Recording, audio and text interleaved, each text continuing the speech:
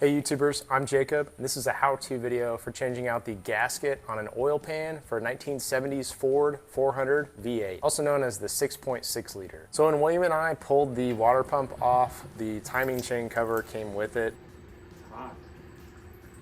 Oh, the timing cover's coming with it. So we're gonna put us at a standstill because we will need to replace that timing chain seal before we put the new water pump on. And with that, we're also needing to drain all the oil out of the oil pan so that when we remove that timing chain cover, it's not just gonna dump out everywhere. Also, I think we're actually gonna have to remove the oil pan in order to get the cover off. But either way, I do need to replace the gasket on my oil pan. So this is the perfect time to go ahead and replace that gasket along with the timing chain cover and check the timing chain to make sure that it's not too loose, has too much slack in it, or that we're not missing any teeth on our gears. I've included the tools and products that I'm using in the links below, so make sure to click on those in the description and check them out. All right, let's get right into it.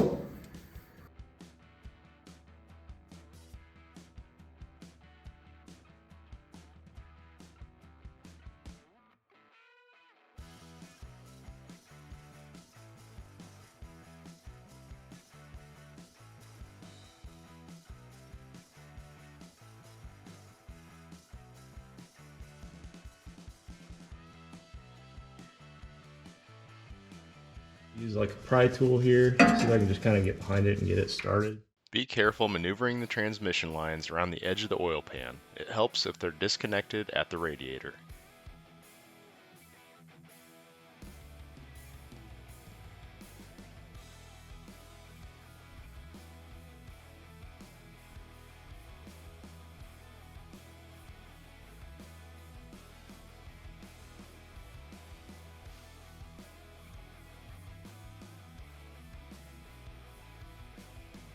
You'll need a thin, small, open-ended wrench to get the dipstick tube off. This one was very challenging.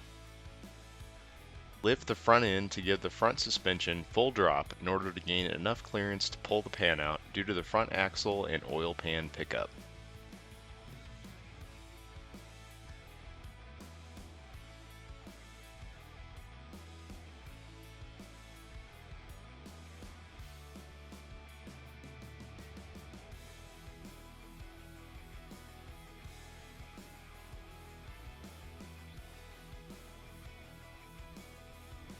Got our new dipstick tube in from Jeff's Bronco Graveyard, and it's looking good. Way better than our original. I hope the bend in it is good to supplement for our aftermarket headers. We'll find out. Okay, so we finally got our oil pan flattened out. We just used a lot of different extensions and breaker bars to make sure it was nice and flat, so we have a nice continuous surface here. That way we don't have any leaks. It was pretty warped in between each bolt hole, so it was a pretty big dip, and just flattened out some of the bolt holes, and then from the other side got some of the dips out a little bit, but it should be a lot better than it was. Yeah, definitely. I think it will, for sure. Yeah, the cork is supposed to kind of notch into the rubber like that, but these seals don't really fit in here that well. They have a lot of extra play because they're supposed to kind of get squished when you put them together. I think what we're gonna do is we tried test fitting these up into the engine, and these little tabs will actually hold it in on the engine where it sits in the recess. And that kind of makes it difficult because if we're gonna stick this to the pan with our RTV, it's gonna sit on the opposite side of where that notch is, like that, instead of where it's supposed to be. So we're just gonna cut a hole in that, and we have to use a lot of RTV there anyway to fill up any of the gaps. These old V8 sealing systems are not great. So we're going to RTV the rubber gasket up to the bottom of the motor, and then RTV the cork gaskets to the pan. Correct, yeah. I think that's our best option there. Because trying to fit these into the pan Yeah. and go up at the same time, it's like almost impossible. It's a pain, and they Yeah. fit way better in the casting. Yeah, they fit perfectly up in there. I mean, it'll stay without any RTV. We're gonna put some on there, make sure we get some sealing around that, because I don't really want to do it twice.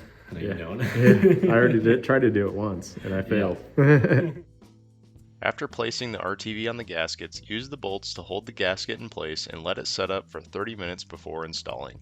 Next, RTV the rubber gaskets and install them in the casting channels on the block.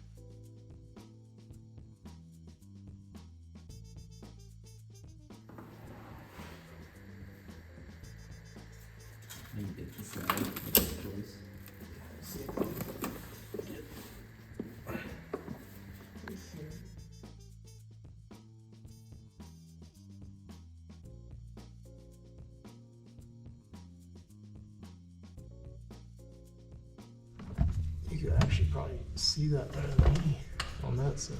Yeah, I want to move your camera just a little bit. Okay. Yep.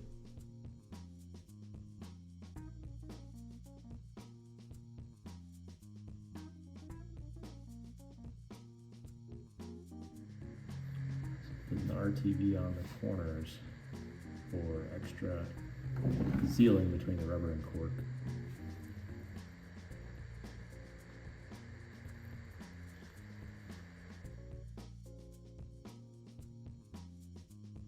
I'm using a wire tie to keep the transmission lines back enough to easily install the pan without messing up the gaskets.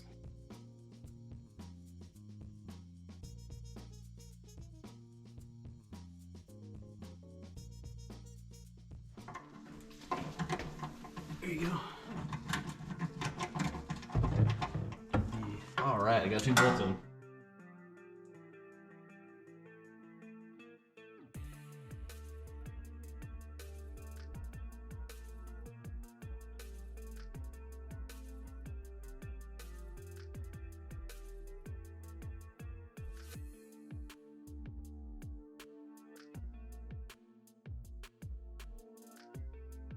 Right now I'm doing it in like the first pass. I'm gonna do like 3 passes, I think. Okay. Because it works better that way. I've found over To make sure you evenly tighten it down Yeah. and get it torqued down. So you don't. So we're not gonna bend the pan anymore. I mean, we already. Try to bend that back out, you know. Yeah. You have to undo that. The one right next to it was already completely loose after tightening it up, so it was not quite snagged down like I thought it was. That's what I'm saying. Cork is a weird gasket material. The bending magic. And what we used is 2 large wrenches, 15/16 and 7/8, with some 5/8 heater hose tubing cut in, and we use those to make our bends with the stainless steel dipstick tube. It is a bitch, but it's one way to get it done.